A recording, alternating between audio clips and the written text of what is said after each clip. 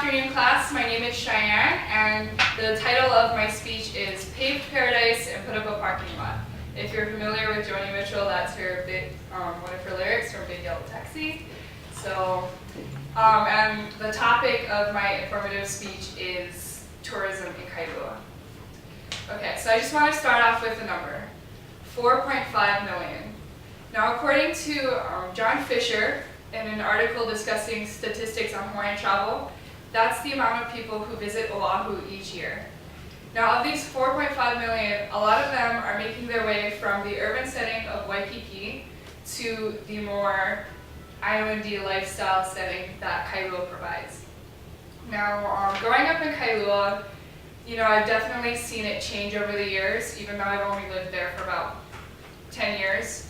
The number of people who visit every day has dramatically increased, and that's why I wanted to talk to you guys today about the reasons for this increase, the positive effects it has, and also the negative effects it's brought as well. So to start off, the main reason for this increase is that Kailua definitely provides the more island lifestyle setting compared to Waikiki. Kailua definitely has a lot of white sand beaches, clear blue water, little cute local stores, and I just want to ask you guys a question. So how many of you guys have been to Manikai Beach? Everybody. What about Waikiki Beach? Now, of those two, which one do you guys prefer? Manikai. Right? Okay, so just from this class right here, one can already assume, why would you stay in a hotel when you can stay in a hotel anywhere and rather get an island experience up in Kailua? Not only does Kailua provide more of a laid-back lifestyle, but it has also gone through a lot of advertising as well. As most of us know, President Barack Obama comes here every Christmas with his family to vacation here, and this has kind of brought an Obama effect. And what the Obama effect is that because people see the President of the United States staying in something so pretty as Hawaii, they're going to want to come here too, because if he's going to stay here, it's got to be nice, and they're going to want to stay here as well. Now, the increase in tourists from the Obama effect is what brings me to my first argument, which is the positive effects that tourism brings to Kailua. So the visual aid I brought today is a brochure. I just want to show how little it looks like first. This is a brochure with all the stores and a map of Kailua town. And as you unfold it, it's a lot bigger than it seems. So her name is Mayra and she's a reporter for CNN, and she states that about $103 million come from tourists to Kailua each year in revenue. And her store isn't up here, but Bonnie Madigan, she's the owner of Under Hulu Moon in Kailua. I don't know how many of you have seen it, heard of it, been there, but she claims that over 80% of her customers are based off of tourists, and without them, her store wouldn't even exist. So a lot of these local store owners heavily depend on tourism, because without it, their stores wouldn't even be here. I mean, we all know how expensive it is just to live here. Let's imagine how much it costs just to own a store. So from this, Bonnie Madigan claims that change is a part of life. We're a beautiful place. Why should we hoard it to ourselves? So she's definitely pro-tourism and pro-change, along with these fellow store owners. And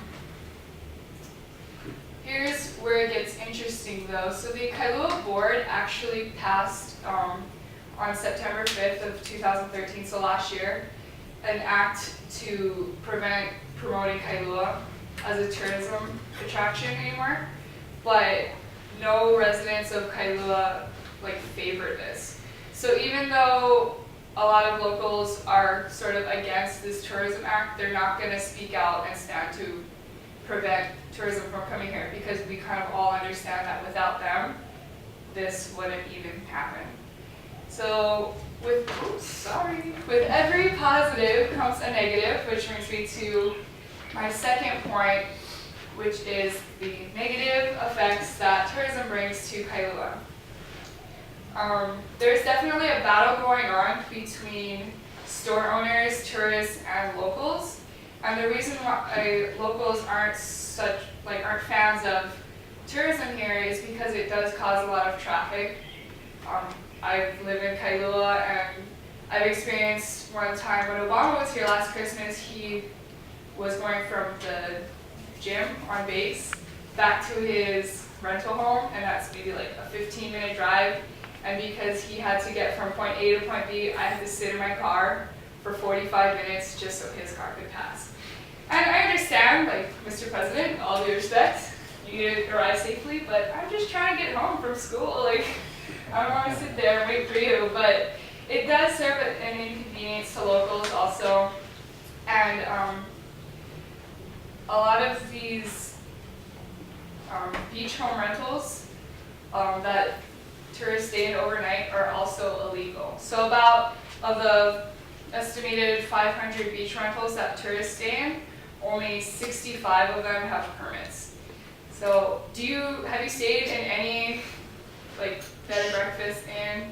Do you know if it was legal or not? Or I'm not going to get into that, but I don't know. Just make sure, like, it definitely serves a positive to these people who rent out these rooms, because of course they're making money from it.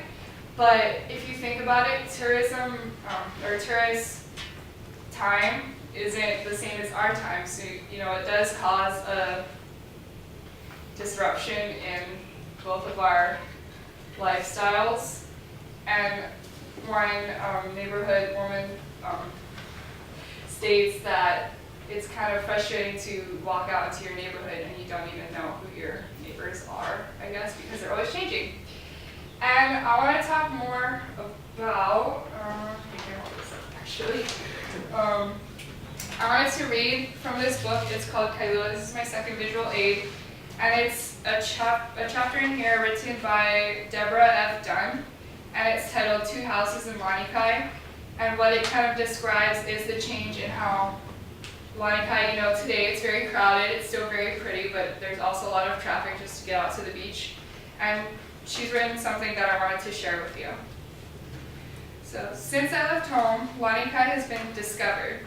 In the late 1950s, as one drove along Mokulua Drive, the visual rhythm looking Makai was this: cottage, sand. Now it's all wall, hedge, wall, gate, hedge. I don't blame the residents for wanting privacy. Tour buses arrive with loaded visitors, and I see them walking in the bike lane, photographing houses and sizzling on the beach. Kayak tours dot the water with yellow craft. At Buzz's one day, I saw a large pink man who took business calls all through lunch. Slick back hair, white shorts, white shirt, white socks, and loafers. He said he was at his house in Lanikai. Life suddenly seemed unfair and got turned upside down. So I wanted to pass this around since you can't really see, but this is her home, and it kind of shows, this is Lanikai back in the 1950s before all of those homes were built. I'll start off with you. Pass it at the end, not during the speech, at the end. Well, in conclusion, we all know that there's kind of a battle going on between store owners, tourists, and locals.